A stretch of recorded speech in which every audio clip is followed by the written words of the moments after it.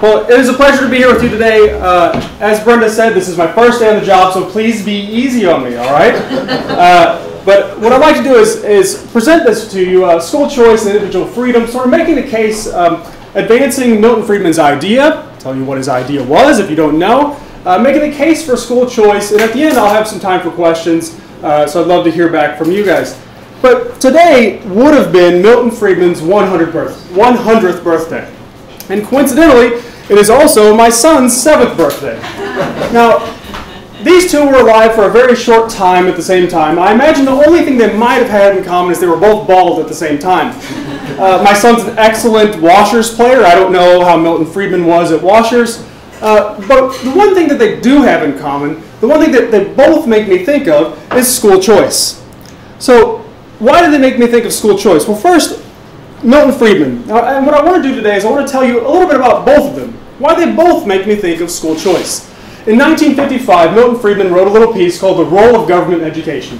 Now, when you think about the role of government in anything, you're operating under a certain set of beliefs, a certain set of values, and what you think about government, the values that you place as important, shape the role that you see for what you think government should do. So Milton Friedman, as always, operates under the assumption that we're a society that values freedom. And if we're a society that values freedom, then what is the proper role of government in education? And Friedman recognized that even in a free society, we have a need for an educated citizen. We have a desire, a public desire, for people to be educated. For one thing, it helps us be more productive, helps our economic situation, reduces crime when people are educated. So there are a lot of reasons why we as a public would want educated citizens. So under that assumption that we need educated citizens, traditionally there's also been an acceptance of public financing of education. And this is the way it's typically looked. The public interest plus the public financing of education has led to the public operation of schools. By and large, most schools in the United States are publicly run. Traditional public schools that most of you know about. And so the system looks somewhat like this.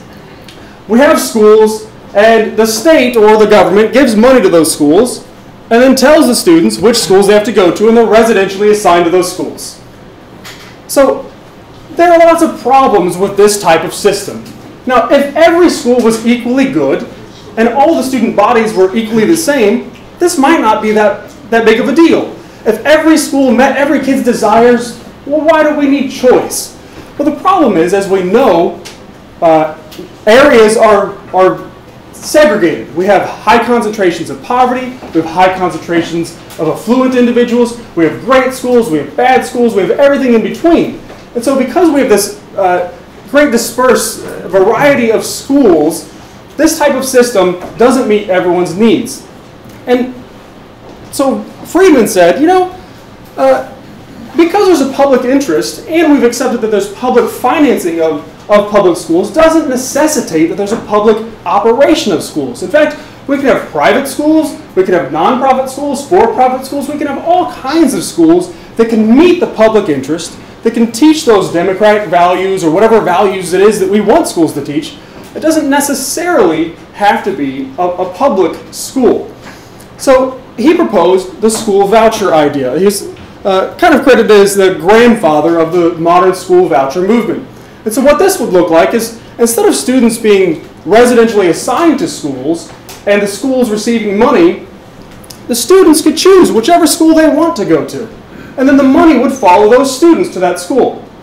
Now, what we would expect to happen is that these bad schools, the schools that people aren't choosing, would respond. They would try to get better. And if they didn't get better, well, eventually they would disappear. As students start choosing some schools, those schools would grow.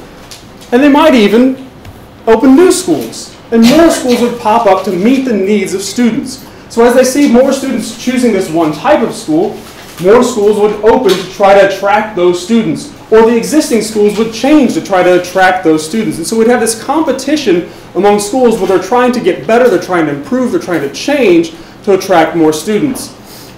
Now, it's taken quite a while, but we're starting to see some movement in school vouchers. In the 90s, we had the first modern programs of School Vouchers. We now have 15 programs in 8 states in the District of Columbia. Most of these programs are small in scope or size. So some of them are specifically for students with special needs. Some of them are means tested, and what I mean by means tested is basically they're testing the means of individuals to afford those schools. So poor families, low-income families, or maybe middle-class families might be available for these scholarships, whereas wealthier families are not available for these scholarships. So in 2012, this past year, approximately 81,000 students were involved in some sort of voucher program, received a voucher to attend a private school. So even though we've made great advances, Wall Street Journal said 2011 was a year of school choice, we still have a really small percentage of students that are actually using vouchers to attend a private school. So I've already said this a little bit, but why should we expect vouchers to work? Why do we think that this might be a good idea for improving not only freedom, but the quality of education in the United States? Well, for one, parents choose the school that is best for their child. When I was a teacher, and as Brenda said, I'm a traditionally trained, traditionally licensed teacher. I have a bachelor's degree in elementary education, a master's degree in elementary education. If you're familiar with the Bible, there's a part of the Bible where Paul talks about being a Pharisee or Jew among Jews, you know, and he goes through his list of why he's qualified as a Jew among Jews. I feel like that among school people. You know, I'm a teacher among teachers. I'm a traditionally trained teacher. I have a teaching license. I have a bachelor's degree in elementary education, a master's degree in elementary education. And in those programs, they oftentimes taught us that you need to differentiate instruction in the classroom. Kids have different needs. So you want to try to focus your instruction in different ways for different types of kids and really meet their needs. But the way I see school vouchers is it's kind of like differentiated instruction, but instead of at the classroom level, it's at the school level, where parents are able to choose the school that is best for their kids. And as we know, many of you are probably parents with multiple kids, and you know kids are different. And they need a different type of school oftentimes. And as I said, schools then respond to that market pressure. They try to get better, they improve, or different schools open. So we know why they should work, but do they work? Well, if we're just talking about freedom, obviously yes. School vouchers increase freedom hands down. Parents are able to choose when they otherwise wouldn't be able to choose. But do they increase student achievement also? Well, there have been a number of rigorous studies, and what I mean by a rigorous study is a random assignment experiment. And why this is a rigorous study is, imagine you want to compare students who go to a private school and students who don't go to a private school. The obvious problem with this is that students that choose to go to the private school might be different than the students who choose not to go to the private school, right? You might have the people who choose to go have highly motivated parents, highly involved parents, all kinds of different things that make them different than the people who choose not to go. So in a random assignment experiment, what we have is a large pool of people or students who sign up for the program, and there's a lottery. Some get in, some don't get in. And so when we compare those two groups, we're comparing apples to apples. We're comparing students with motivated parents who signed up for the lottery, and some got in and received the private school, and some didn't get in and went to the, some other route. So we have studies from Milwaukee, New York City, Dayton, Ohio, Charlotte, the District of Columbia. And what do these random assignment, these rigorous research studies find? Well, typically, they find positive results, academic results, for students who use a voucher to attend a private school. Now, these are typically modest or small improvements in reading, math, or both. The gains tend to be small and they accumulate over time. As you can expect, whenever a kid transitions to a new school, and this is for all schools, there's typically a slight dip in their first year of achievement because you're adjusting to a new school, a new situation. So we see small gains that grow over time as kids get accustomed to those schools. And I think one of the interesting things is not one study has found a significant negative effect. Not one has found a negative effect. So in all of the voucher programs, all of the studies, they've shown modest positive to large positive results. Going beyond test scores, students who use vouchers see a host of other gains from attending a private school. Student safety. Parents especially report that students attending a private school, they feel more comfortable. They feel like their students are at a safer place than their students would have been if they were attending the traditional public school. Satisfaction. As you can imagine, when you are able to choose the school for your child, you become more satisfied. Now, imagine going to a restaurant and them telling you what you have to eat, or being able to choose what you want to eat. You're probably going to be more satisfied when you get to choose and you get something that meets your needs. Racial integration. You typically find, and not all of these studies that I mentioned cover all of these things, I should say that. But when they look at racial integration, it seems that students in voucher programs are more inclined to be in an environment that is racially integrated. Services for students with disabilities tend to be better when we go to private schools. And interestingly, one of the complaints about private schools often is that they won't meet the public need for civic participation and values. That we need public schools to instill civic values. Well, the truth is, there have been a number of studies that have shown private schools do a better job at teaching civic values and participation than traditional public schools. So, beyond test scores, we see a lot of gains from students attending private schools and voucher school through the use of vouchers. One of the most important things, at least in my opinion, is increased graduation rates. So, in Washington, D.C., the Opportunity Scholarship Program, users were 20 percentage points more likely to graduate from high school. That's pretty large. Let's say you don't see any other gain, but you see 20 percentage point increase. Let's say that's going from 55 to 75 or something like that. That's a huge gain. So one of my former professors and a colleague of mine, Mike McShane, who's now at American Enterprise Institute, have a forthcoming article in Education, Finance, and Policy. And they estimate the cost benefit. So for every dollar we spend on a voucher program in Washington, D.C., how much money do we get back? And their conservative estimate was 2.3. So what that means is there are benefits to graduating from high school. Increased income and decreased crime rates, all kinds of things that we get when students graduate from high school. So using conservative numbers, they found that for every dollar we spent on the voucher program, we got an increase of $2.3. $2.3 back. That's a pretty good investment in kids. By giving them money to go to a private school, we increase their graduation rates, we increase their life outcome, their life potential earning, and increase benefits for society. So one of the big criticisms of vouchers is non-choosers. What about the students who don't go? I mean, aren't we taking all the good kids and putting them over in the private schools and we're leaving the schools with the bad parents left behind? Well, it turns out even the non-choosers tend to benefit. There hasn't been a single study that's found non-choosers are worse off when students leave. So I want to rephrase a quote by Milton Friedman where he says, "The society that puts equality before freedom will end up with neither. The society that puts freedom before educational equality will end up with a great measure of both." When we let parents choose, good things happen. How am I doing on time, Brenda? All right. Well, some of you might be saying, but you know, we have pretty good schools. Well, let me just run through really quickly, how do our schools stack up? In 2009, the PISA, which is an international assessment where we compared the United States to other countries, U.S. ranked 17th in science, 25th in math. You might say, well, Missouri schools are pretty good, though. We probably don't need vouchers. We don't want to upset the apple cart.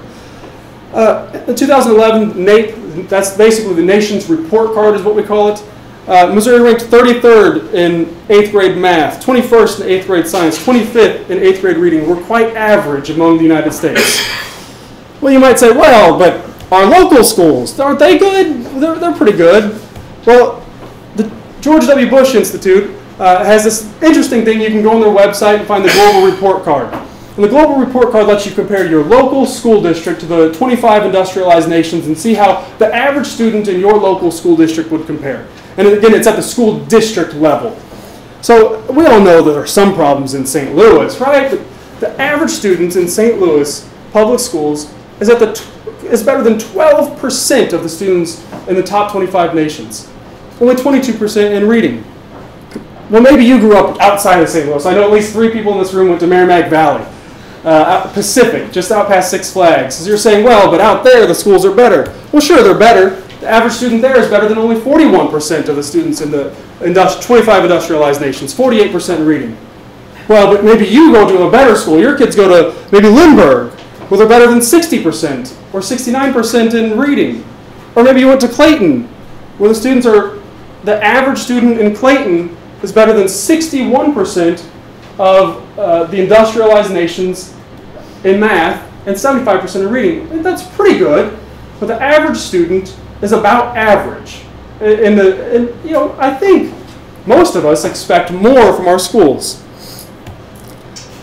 You might be saying, but my kid's school is still great. I know all those numbers, but my kid's school is great. Great. If you like your school, you don't have to choose another school. That's the beauty about giving people freedom to choose. You can choose to go to whatever school you want. You're allowing people who don't have that option now to choose the school that they want to go to. What I would like to do next, I've shared with you Milton Friedman's sort of vision of school choice, a voucher idea. And I want to share my personal story of why my son reminds me of school choice. And I have 3 kids, but particularly my son reminds me of school choice. We had sent him to a private school for kindergarten. Then in 1st grade, due to financial constraints, we sent him to a public school. And this is in Northwest Arkansas, but I think this story could probably be anywhere. Anywhere could identify with this type of story. So at the very beginning of school, the school sends home this informational sheet for parents. And they say, your child's going to be doing lots of math problems this year. They're going to do a lot of word problems. And they're going to look something like this. Tom has 5 marbles. He gets 15 more. How many does he have in all? And it says there are 3 acceptable strategies, at least, that your child might come up with. And it shows these 3 strategies. And it says they might count things out, or they might group them in 5s, or do 10s and 5s. All of those are perfectly fine. They're going to come up with a number of strategies. Just let them do that. And at the bottom of the page, I see the standard algorithm with a big X over it. And it says, don't teach your kids to do this. Don't teach them to stack numbers and add them. I was shocked. I thought those strategies were pointing downwards and saying that this was the best way. That's not what they were teaching. So, of course, I went into the parent-teacher conference, had a little meeting, and I realized, former teacher here, I wasn't going to change the teacher's mind. So I thought I would just supplement at home. I would teach my kid how to do standard algorithms at home. I'd let him do things at school that were different. Well, what I started seeing was homework, and I'm sorry it doesn't show up well, homework or schoolwork coming back looking like this. And my son's in 1st grade at the time. 30 bats that live in 5 caves.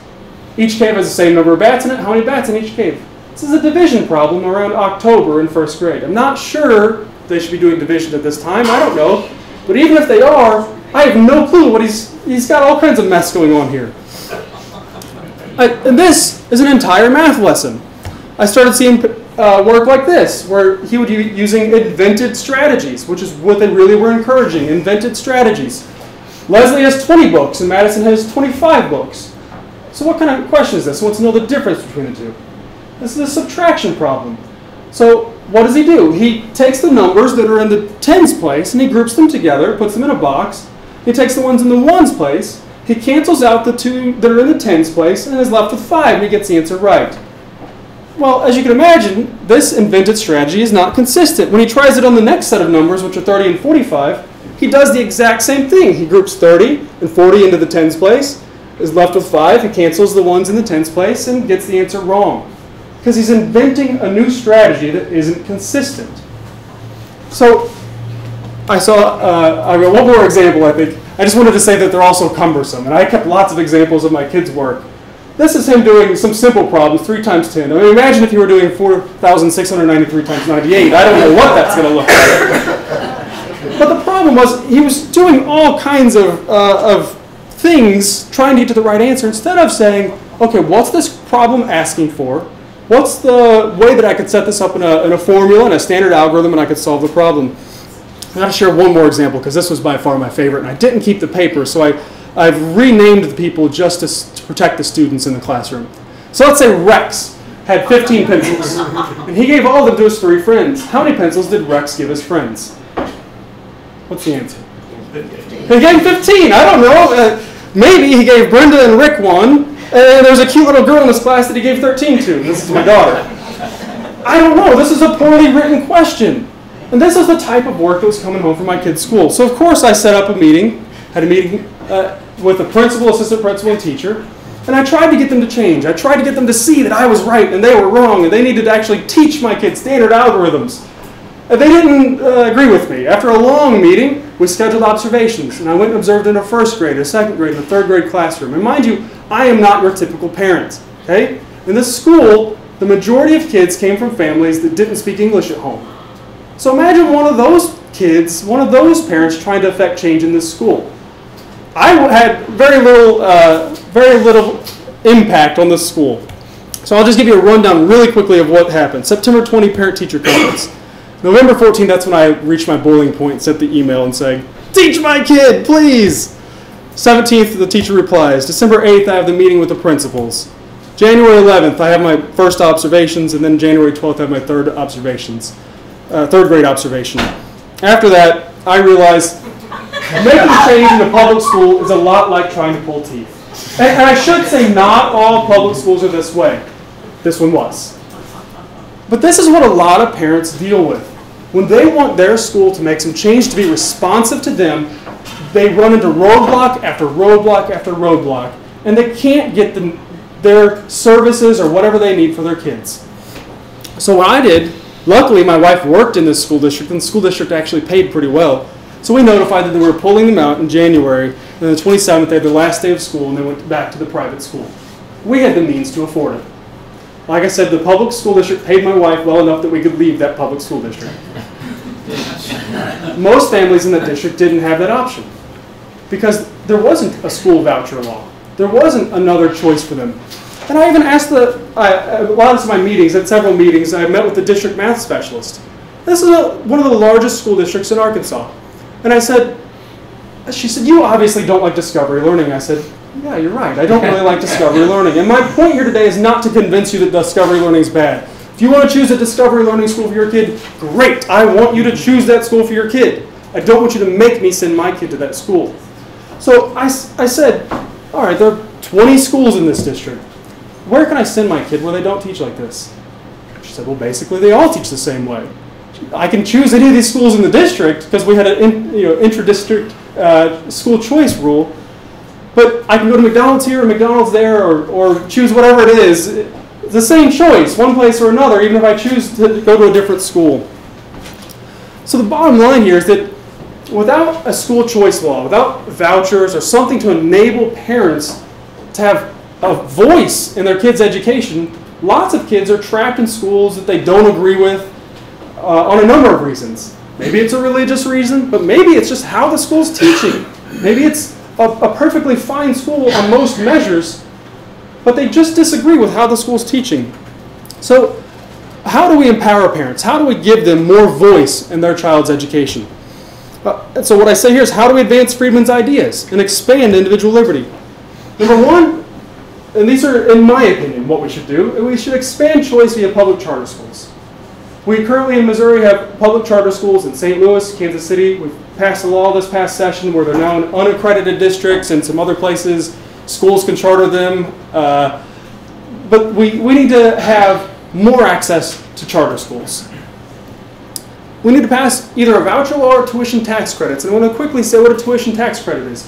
Whereas the voucher money would be money coming from the state, a tuition tax credit bill would allow basically a dollar for dollar match where individuals or corporations could put money into a scholarship organization and then get that money off of their taxes. Then that scholarship organization would then grant scholarships to students to attend private schools.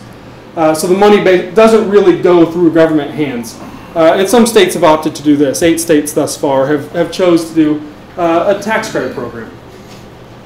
And the third thing I put up here is reform our funding system so money follows the child to the school of their choice. Now, even if you don't like school vouchers, you should still be behind this point.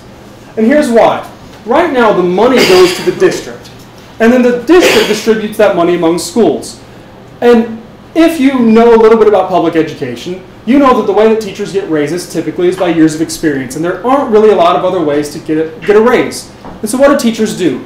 They choose to go to the easier jobs. And in a large district, you have some schools that are with more affluent families, that are with easier kids, and some with more disadvantaged families.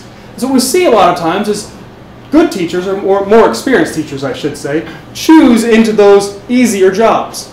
And so the disadvantaged students are left with less experienced teachers, and teacher salaries make up the largest part of a school's budget. So what happens over time? The more advantaged schools have more money spent on them. The less advantaged schools have less money spent on them. So again, even if you disagree with vouchers or school choice or whatever, you should still understand that the money should follow the student to the school so that we have equal resources being spent on kids. We have disadvantaged kids not getting the short end of the stick. So Friedman, in his paper, when he's talking about the role of government education, says if we enact a choice system like this, it will also transform the teacher labor market. And so here are 3 things I think we should do to help transform the teacher labor market. Number 1, we need to make sure that principals can hire the best individual for the job. And I'm sure you've heard a statement like this before that would say something like, John Ashcroft couldn't teach government in most of our public schools because he's not certified. You know, we need to make it so principals have the ability to hire whoever is the best for their school. We need to enable principals to remove ineffective teachers. A friend of mine, his first year teaching, noticed his kids hated going to music class. Every day they would complain, and this is 5th grade. Why do 5th graders hate going to music? He went to his principal and said, these kids hate going to music class. And the principal said, so does every other kid in the school. What do you want me to do about it? The teacher's been here a long time. And some will say, oh, principals can remove teachers. It's possible. Sure, it's possible to go to the moon. It's not very easy, okay? There are lots of things that are possible that aren't very easy. So we need to enable principals to remove ineffective teachers from the classroom. And finally, we need to allow merit pay and variable pay for teachers. Now I separate these two. Merit pay is what we would traditionally conceive of as teachers getting paid more when they're better, right? You have a great teacher earning more money than a not so great teacher. And variable pay is different. What I mean by variable pay is paying teachers of different subjects more for their market comparison salary. So basically what I'm saying is a physics teacher or a math teacher should probably earn more than a teacher in kindergarten. Kindergarten teachers are in vast abundance. We have lots of kindergarten teachers. We don't have a whole lot of physics teachers because they have a lot of market options. They could go other places and earn more salary. An interesting study by Marguerite Rose out in Washington and some of her colleagues basically looked at this and compared the average teacher salary for physics and math teachers and other subjects and found, sure enough, because of longevity, because math and science teachers are more likely to leave to go to other jobs, their average teacher pay was lower than teachers in other parts of the education sphere. Right? So your basket weaving teacher makes more than your physics teacher. I don't know that basket weaving is really a class, but you see what I'm saying here. We need to pay teachers based on their market desirability, what their alternatives are in the marketplace. So I think if we try to advance these 6 things, the 3 school choice things and the 3 teacher reform things, we'll go a long way to advancing freedom. We'll go a long way to advancing the state of public education, state of education in Missouri. And I want to leave you with a quote. Milton Friedman said, "Freedom is not a natural state of mankind. It is a rare and wonderful achievement." And I agree with this. It is very easy for many of us to say, but if we just did it like this, if we just micromanage this a little bit, and we try to be, as Jay Green used to say, petty little dictators, where we try to control every little thing, we think we can make it better. But the truth is, freedom is the best method to advance public education. It's the best method to advance education in the United States, and especially here in Missouri. And it is a rare and wonderful achievement, and I hope that you will work with me to advancing freedom in Missouri.